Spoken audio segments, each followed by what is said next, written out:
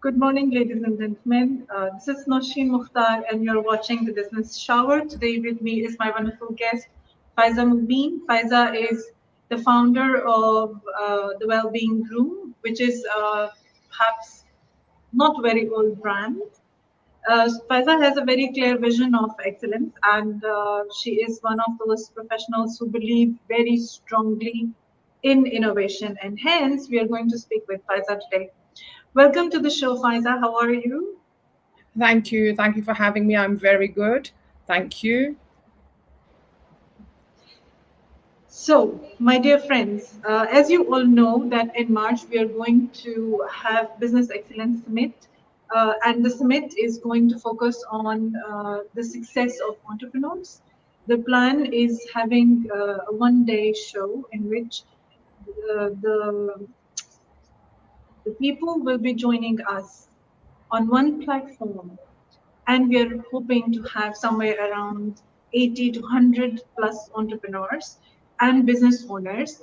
Businesses of all sizes will be there in the summit. The participation criteria is very simple and easy, and the purpose is again to join businesses, connect them together, to make collaborations possible, to make growth possible, to make excellence possible in future, keeping in view that these are very different times, and we are all going through different phases of changes. There are transformation, different kinds and different levels of transformations going on in businesses. Businesses are pivoting, testing and trying new models, testing and trying new strategies for growth, developing in different areas than they used to do before. It's important for me as an entrepreneur to extend support for other business owners so that they can benefit from connectivity that will be offered by Business Excellence Summit and the learning opportunities that will be there for everybody who is participating in the summit. Hence, we will have multiple business owners who have a vision and have a unique definition of excellence and a unique strategy that can make other business owners successful on stage during the summit. Faiza is one of those wonderful stars in Business Excellence Summit who will be on stage on 27th of March. And today we are going to talk about Faiza's vision. We are going to talk about Faiza's mission as an entrepreneur.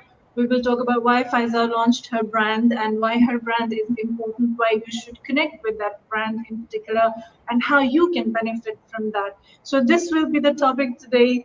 And I believe that you are going to participate in the discussion with me. As always, all my live shows are for you, my dear friends. And as an audience, you should be participating and sharing your views by commenting and talking to us. I will be playing your comments as we discuss different aspects of business and business excellence. And we will be responding if you have any questions. Feel free to ask me anything about Business Excellence Summit. You can also ask us questions related to Faiza's career. You can also ask us questions about her company, the Wellbeing Room, and why she called it the Wellbeing Room in particular. So let's start with the discussion, and I will now ask Faiza about the Wellbeing Room. So Faiza, we want to know your entrepreneurial journey. We want to know why you launched the Wellbeing Room and what it is about. Thank you. Thank you for such a comprehensive intro and the details about the program of the Business Excellence Summit, that the wonderful program, the initiative that you are doing in coming March. And regarding the Wellbeing Room, it's also, as you said yourself, it's a pretty brand new setup at the moment. And what is the vision behind it? That is what I will discuss with you all. So first of all, I would like to talk about the Business Excellence Summit itself, as to how it can be beneficial, how I see it as a benefiting program to entrepreneurs, to startup business owners, even professionals, even middle managers or senior leaders. So what I believe is that business is a journey, and to have an excellent approach is one of the strategies that one must always acquire and have and develop all through the time. And to have that kind of strategies, you need an outstanding model that can help you grow in your organization.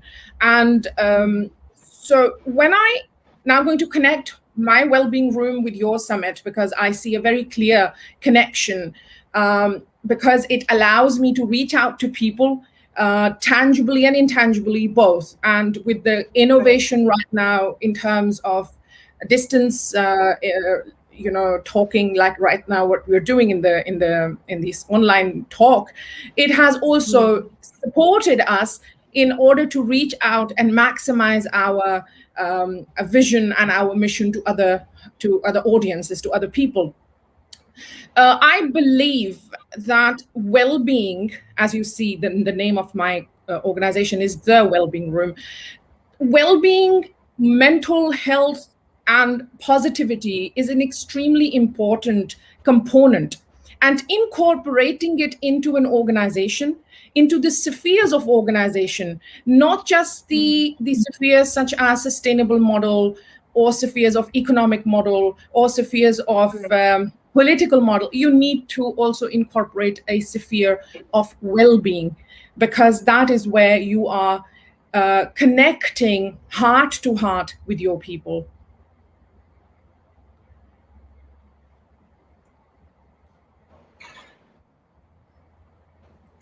Yes, you are absolutely right. I agree with you on that point. The purpose of Business Excellence Summit is absolutely to offer an opportunity for everybody to connect and find out different solutions. Because when you are working solo on your own as a business owner and you're leading a business, there are chances that you're missing out on things that are working better for others. And when you connect together, you're able to discover new answers to different questions that you're having all along during your journey. I love the part where you say that business is a journey. And I agree with you. Yes, it is a journey, and there are ups and downs, and there are different curves while you are traveling towards your goals and trying to achieve them. And hence, Business Excellence Summit wants to assist you. This one-day program is a plan to assist you on your journey to create more possibilities for you, possibilities that are related to growth, possibilities that are related to development, excellence, that are related to helping you in achieving your vision and setting new goals, perhaps through multiple levels of business collaboration. So, Faiza, when you set up the well-being room recently, what was on your mind? What is your vision? Okay, so I am very much connected with the educational industry, educational management, past 16 years here in the GCC, and what I have learned over the journey time that I had, that well-being and positive education is extremely important to be incorporated in the system from the very beginning of the learning, right from the very beginning of the student life. But then I felt that, yes, we see the classroom as students, but we also have the adults around. We have staff members around who are working as similar to any corporate industry or any corporate management field, where you have senior leadership, where you have middle management, and sometimes, so to speak, larger perspective or larger than a regular corporate organization. So I felt that whenever we talked heart to heart, whenever we had the positive empathy in the thread of our conversation, in the liaison meetings, it was always achieved in a better way. So, and then we all have and are still living in the situation of this pandemic at the moment. I felt that so much so this is the time where we really, really need to support, to develop some strategies and tools where just not the students, just not the staff members, but also the corporate part of the world around us should benefit from these kind of workshops, or from these kind of professional development programs, these kind of tools that can enhance their mental well-being. And that was the vision behind it, that not just the students, not just the staff members, but as a global approach or as a nationwide approach, it should be targeting the corporate industry also. Yes, true. And to be very honest, well-being in corporate industry is of crucial importance. And usually when it comes to business leaders in the race to make success possible in their day-to-day operations and the intensive kind of planning that they are undergoing in order to make success possible, they forget about the well-being factor, the well-being Yes, factor for themselves and also the well-being factor for all those people who are working with them as a team. true. Thank you so much, Arif Muhammad Ismail. I really appreciate that you are being with us, and thank you for this wonderful comment. We are talking about the Business Excellence Summit, which is happening on 27th of March, and we would like to have maximum number of business owners connected to us so that they can participate in the summit and help me fulfill its purpose. Um, Once again, Lubna, thank you so much for joining us. It means a lot for me to have you while we are broadcasting this show. Please give your input through different comments and ask Faiza any questions that you would like to ask. So Faiza's primarily you're from educational background. You work with different schools in setting up a system that works better than the conventional system. And when I say conventional, I really mean it because during our conversations offline, we discovered that you have a vision of what a good system is. And you have a very deep understanding of the different elements that make a good system possible, especially in the educational sector. I'd like to request you to connect the educational sector with corporate sector and help us understand how well-being starting from the educational sector actually spreads out to the larger business sector as the time proceeds. Because educational sector is where the seed of excellence is laid, True. and gradually with time it grows as Yes. we help children learn more and polish their personalities and go out into the corporate world and work. Would you like to reflect on this? Sure, that's an excellent point, and I will endorse from where you said that educational setup or an educational institute is where it is the seed that you start the whole excellence in the minds of the young ones.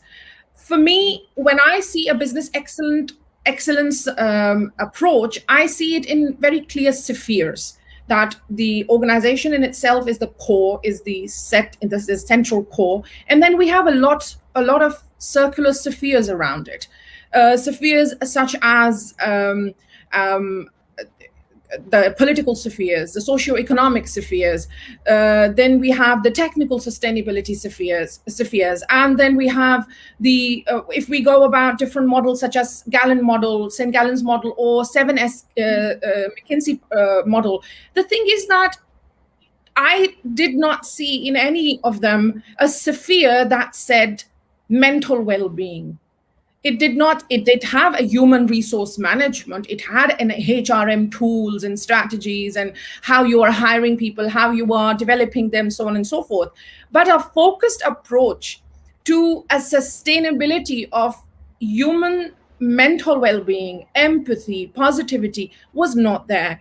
And that really triggered me. I would use the word triggered. That why not? At the end of the day, the output is coming from that human, and the maximization of the output is directly related to how well that person is feeling, how well that person's personal life is. And I'm not in any capacity saying that we do not reach targets or we do not reach our goals. That is our driving force, but steering the wheel towards them with the sphere of well-being is extremely important. I would, as you said, that how would I connect it with the educational field and the corporate field? I normally tell my students, and then I also quote Simon Sinek, one of my very favorite speakers. He recently said in one of his talks that when you buy a car, you buy a car to reach to a destination. You buy a Yes. car to go from one place to another place. You do not Another buy a thing. car you do not buy a car to buy fuel and add into it. That's not your main purpose. But to reach to the Exactly. destination, reaching to that point where you want to go, you need fuel, right? So I tell my students that keep in mind that when you are doing an assignment, you are not doing it to achieve an A.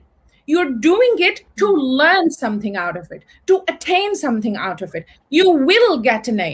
But then when I connect it with the corporate, you do not do business to make money. You do not want to start a business to make money. You want to start a Yes. business for a bigger goal, for a better goal. Yes. And that For a involves all larger these goal. Yes. areas for a larger goal that connects the business sustainability, that connects the business excellence with all the spheres.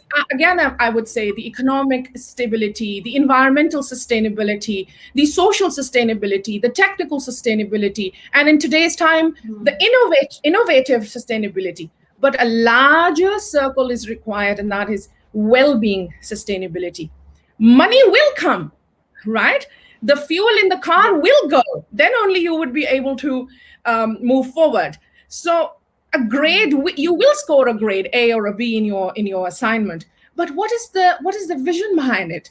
That should be very clear. And once you have the well-being aspect endorsed, in your words, seeded in the students from the institution of an education, you will see the difference.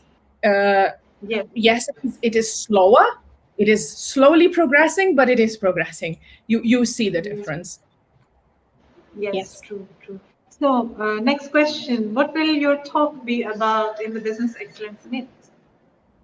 I'm going to talk about pretty much very focused on the corporate well-being, Okay. how leadership as a senior leader and leadership in different departments can play a huge role when it comes to maintaining a well-being environment, advocacy environment, positive environment. So I'm going to talk about those tools and strategies and tips and a bit of my own journey from where I learned hands-on how to endorse it and how to develop it. That is what I'm going to talk about. Great. I want you to share some ideas. Let's start from the same kind of question where we started with. Why well-being is important for corporate? Why should business leader focus on their own well-being and also the well-being of all those people who are associated with them and are called a team? The question is the why, right? The why is the question. It is always, we always put some kind of a term attached to the why. And it's always wonderful to have whys, because once we have a lot of whys, then we have the thinking storm going on, then we have answers, then we have brainstorming, and then we have such sessions.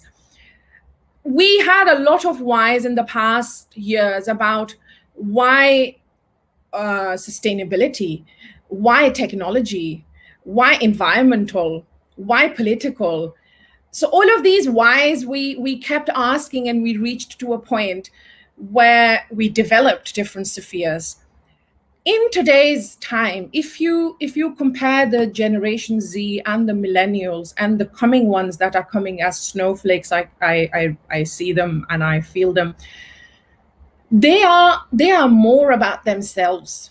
They are more about what they want, how they want, and they're very clear about their goals. They're very clear about their objectives.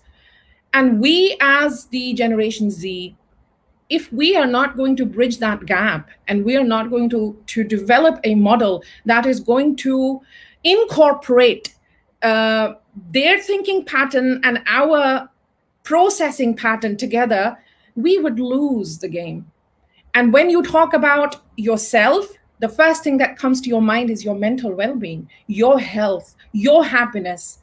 So if we are not going to develop such spheres in our business excellence models, in our Yes. business sustainability models, we Hmm. will not bridge that gap. So that is the first why that comes to my mind whenever I ask about my own self, that why do I need a well-being room?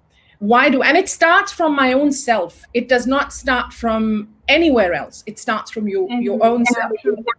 It Yeah, all starts from us. So I'd like to pause here a little bit and thank sure. Saima Riyaz. Thank you so much, Saima. Yes, definitely.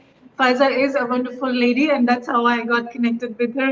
She was somebody who was able to pull me in, and I could share a lot of my own ideas of what excellence is with her. And we found so many mutual interests. To add to this, we are from the same college from Lahore. We studied, both of us studied at Kinnaid, but obviously in different batches. And this is where we were sharing how we got this idea that we need to do well in life. It all starts from where we got our education, and True, definitely our home country and our city, Lahore. So true. kudos to the city we lived in together, and from where we learned all these wonderful things that we are carrying now globally and are looking at in a different way, from different angle and from different lenses as our life progresses. Another compliment we have received from Mr. Kalimullah. Thank you so much. Yes, Faida is a wonderful person and a wonderful is becoming a wonderful friend with me now that I got to know her. Um, Muhammad Naeem Qureshi, thank you. Yes, it is nice talk. I agree with you, and the topic is quite long. Walaikum salam, Sadia, and thank you so much for joining us. We would love to have your comments and your participation in the discussion as we move on with the talk. All right, I'm very glad that you are enjoying this show, everybody, and we are looking forward to have more input from your side. So, Faiza, what are different challenges that you faced when you were starting off with the Wellbeing Room as a brand? What would Was there friction? Was there an issue in understanding where you are headed, in understanding how you're going to implement all those ideas that are with you, all those ideas that are the driving force behind this brand? Was there any difficulty in that?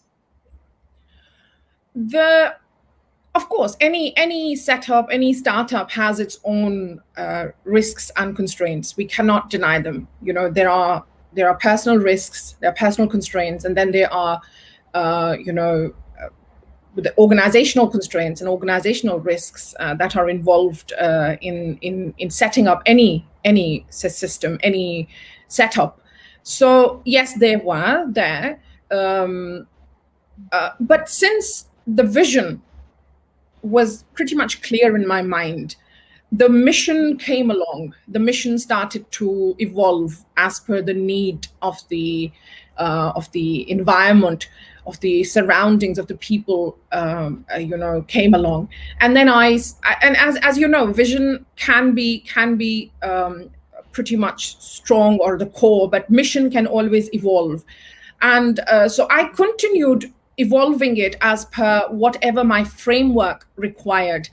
The typical risks that were involved were the same like-minded people that come on board with you. They are working with you with the same mindset, with the same plan of yours to achieve the similar goals. And also, risk factors are the environment itself at the moment, the current the situation Yes, of the world. I must say, globally, the it's a world. risky situation.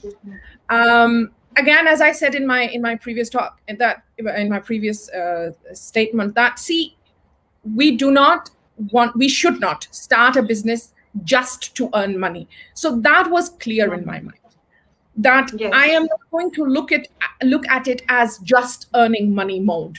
I'm going to see it from a different perspective. And then if the money rolls in, Mhm. it's good. Every business needs money. Money is a crucial, important, Yeah, evident element, component of any organizational true. setup. But what I wanted was that, starting from the very core sphere of engaging well-being, incorporating well-being in the mindset of children, in the mindset of adults around them, in the mindset of corporate industry, is where I'm going to head or steer my organization forward. And with my background of counseling and guidance past Right. 15 years, this is what I've been doing. So to feel Mm. it tangibly was not difficult for me. I knew it, that how it feels. It wasn't that if I will Right. put or endorse empathy in an organization, I don't know how it feels. No, I know it how it feels. I know the impact. I have multiple surveys and I have multiple data scientifically Mm. collected all over these years in my organizations that I have worked, that when they did not have the empathy model, what was the result? When they had the social emotional model, what was Mm. the result? So tangibility was there. Risks and constraints are always there. And just to add into to the listeners, that Mm. never feel that the journey should stop because you have risks or constraints. The journey must True. go on, and it's It not a does come competition. on. Yeah, it's not a competition.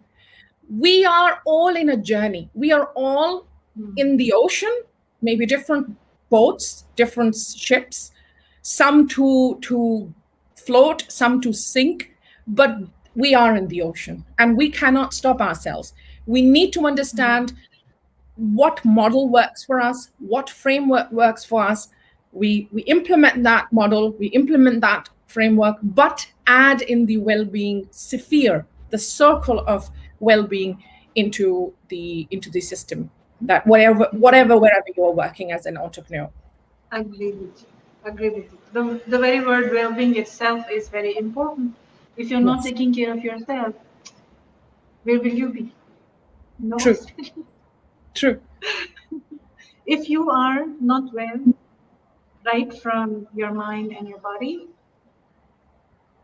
no matter what your vision is, what your drive is, you will not be able to give your best to what you're doing. And it's a True. fact. Hence, it's important to start right from the individual level itself and move on Yes. towards the people who are associated with you. So, everybody needs to do that. One good point that you mentioned was related to emotional intelligence. Like, it's important for us to be emotionally intelligent to understand our needs and the needs of others and then create a balance, and that balance determines the well-being. Yes. So when you were working, like you work on different levels, you work for the well-being room, you also work on your full-time job, which is different. How do you strike the balance? Does it interfere with your personal life, your professional work, your passion? Just to add in, I'm also doing my master's from Ludwigsburg University, so that is an extra workload. This is the third one. And then I'm also a mummy of a preteen, and I'm also a wife. So this is all. So yes, of course, compartmentalization is extremely important.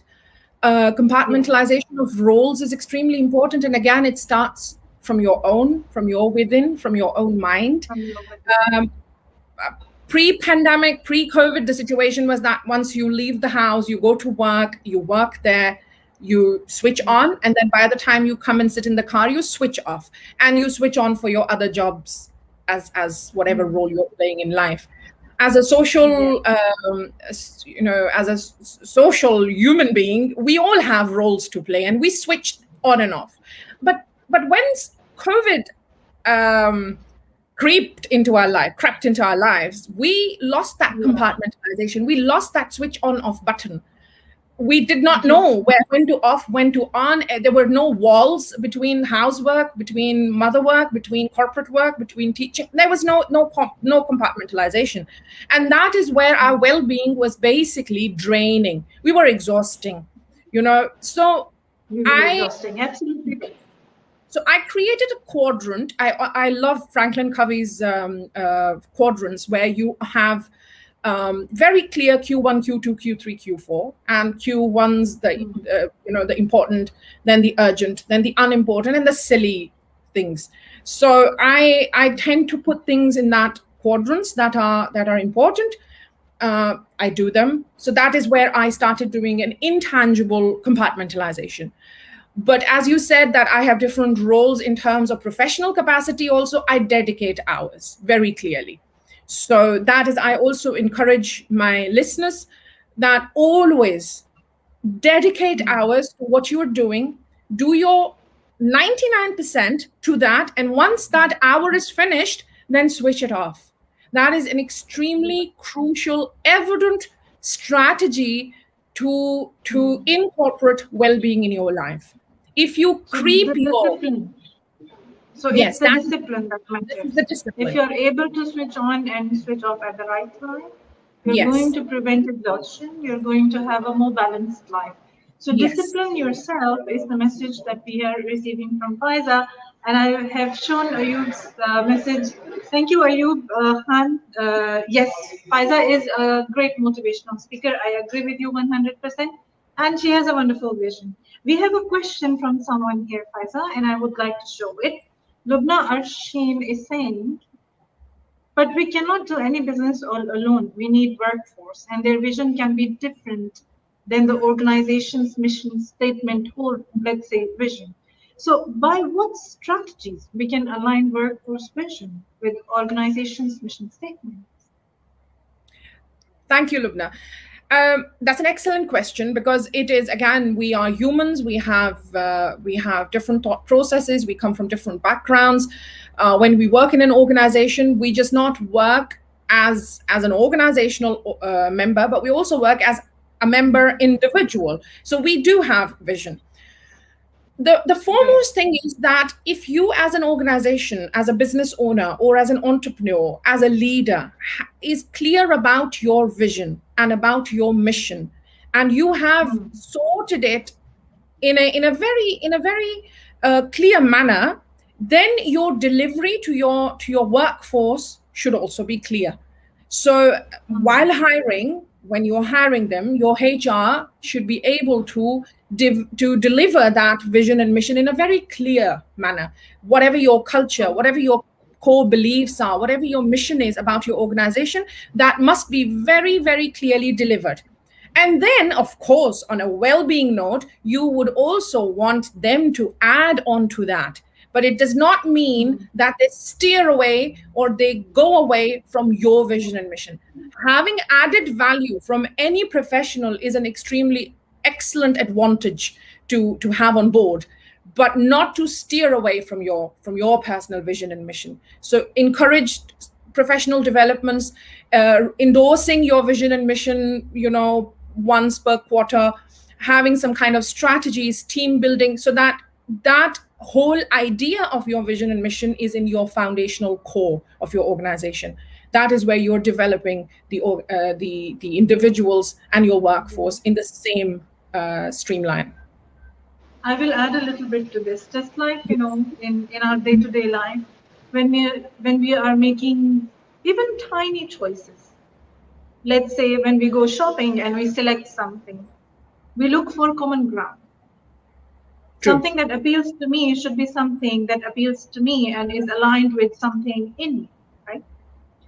In the same way, when you're joining an organization and you've decided to work with them and they have decided to work with you, there is a possibility of a common ground, a foresight that tells, okay, this is a right individual to work in this organization, and we have a common ground to build things on. It's that common ground that holds you to the organization. And it's that common ground you need to work on in order to keep your mission and your vision aligned with the mission and vision statement of the organization you are with. So hold fast to the common ground and try to expand it. The more you expand it, the more comfortable you will be, and the win win situation will expand both on organizational and an individual level. That's what I believe. Totally agreed. Thank you, Sadia. Yes, Faiza is giving us great answers and we love her.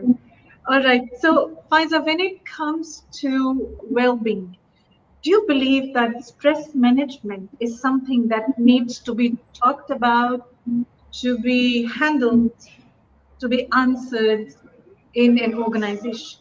Should individuals as well as leaders working in an organization think about the ways in which they can manage stress? And do you believe what are some good ways that you have that you can share with us that can help us in managing stress at workplace? Again, it starts from the same statement that business is a journey and stress is a part of it. Any journey, I love the way you always connect it with the individual factor, with the personal factor. Any personal journey, even, you know, it can be a grocery shopping, it can be pick and drop of your children from school. Any journey has its own stresses. To identify the stresses, to identify the cause of the stress is extremely important. And believe you me that it is not a self-learned tool. You need to endorse it in an organization. You need to have advocacy around you that is um, taking away or sponging away the stress from your people. And a smile in an organization, sharing smile with each other, Yeah. asking if you're okay, is an excellent way to take away the stress of someone. I would share a small example of my own personal experience. The place that I was working before, we had about 85 janitors and working ladies in our organization who were taking care of the entire building, its cleanliness, hygiene, and everything. But what I felt was that they would do an excellent job, and then they would just go and sit on their dedicated stools that were told to them to sit down, and then they would just sit there.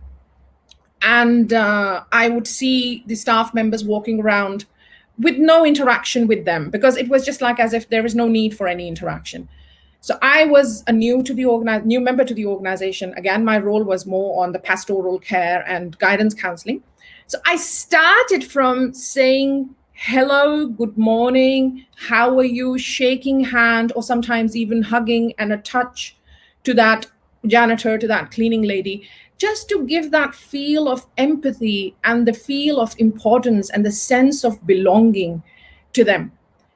And why I was doing it, of course, they were getting a sense of belonging, they were also getting that feel, but my student body is seeing it, that these 80 janitors sitting in the school building in this organization are just not to sit and do their job and not to be spoken to.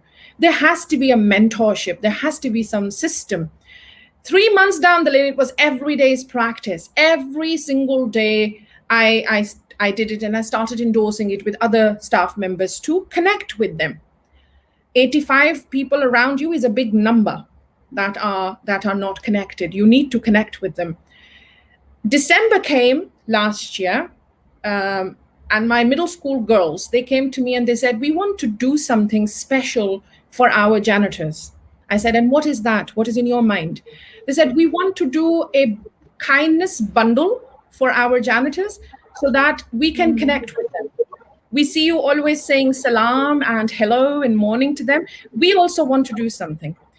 We did a campaign in which students and teachers and staff members, all of them, they connected, bringing tea bags, toothpaste, socks, these kind of things that developed a thread of empathy in the organization. This Okay, got that's into the corporation. And then those 80 members did not know that what is going to happen to that day in that event. So we invited them by special invitation guest cards, that you are invited to the so and so hall by the middle school staff and the students. Please kindly join. The students arranged a tea for them. The students created small, tiny little gift bags for them as a thank you note. And those bundles were distributed to those members. I had seen and felt the element of empathy in the air. It was just not in those bundles. It was in the air, in that hall. There was nobody who was not crying with happiness. And on that day, the senior leadership did mention on the microphone, coming on the mic, that this is the first time in the history of this organization that we felt empathy in the air. And believe you me, I did not do anything to endorse or to start that particular bundle program. I just did hugging. I just did good morning. I just say hello. I just say, how are you? Are you feeling okay? That was it. The student body who we were seeding all of this came up with this idea on their own, executed it to a larger extent. And Yeah. this is So what that I that feel. small gesture, the small Yes, gesture that you were showing everybody was an example. It worked as a trigger towards a larger campaign that worked very well. yeah, And I agree 100% with you, and Sadia is also saying it. Empathy is really an essential key in any organization. And yes, that is absolutely true. true. Thank you, Sadia. Empathy in an organization, it keeps the thread in a very smooth running. It gives genuineness, gives sense of belonging to the people that are working around us.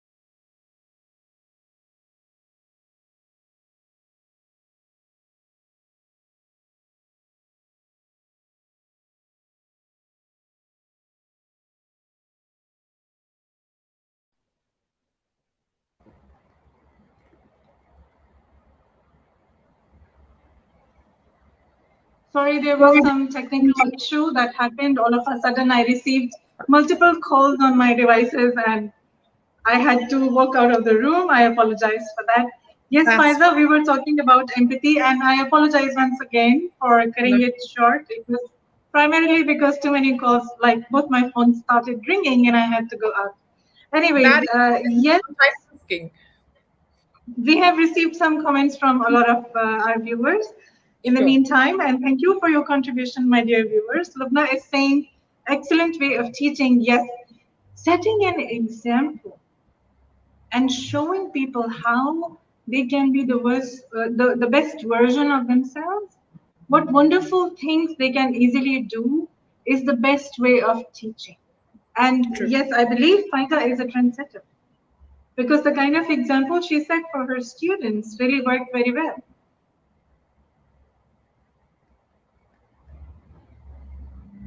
Arif Muhammad Ismail is telling us that this brought him into tears. Yes, caring for people, understanding their needs, and including everybody who is a part of organization into the system by communicating with kindness can make a big difference. And I would recommend the same strategy, the same way of working to all business owners because we have all kinds of staff who works with us every day. It depends on us how well we treat them, what opportunities of growth and personal well-being we give them. And nothing works more effectively than encouragement, positivity, appreciation, and ways in which you can boost the confidence of others.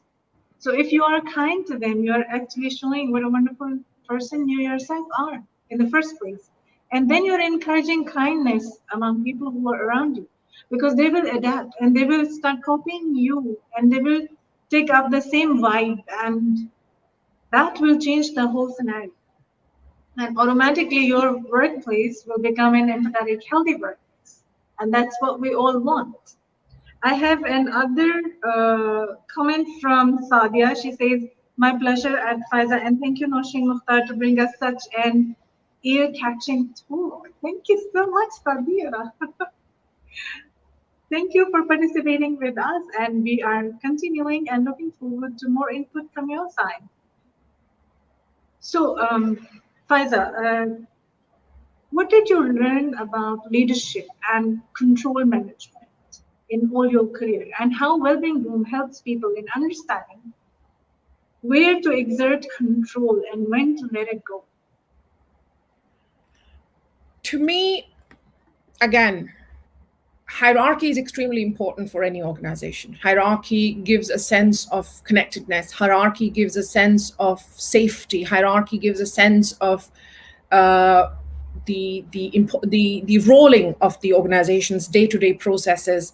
However, to me and to my experience, leader is not just sitting in that hierarchy, is not sitting in that senior position. Yes, the senior man might have a lot of experience or should have a lot of experience, but that does not mean that the leadership qualities or the leadership um, focus is not in the other departments or in the other levels of hierarchy.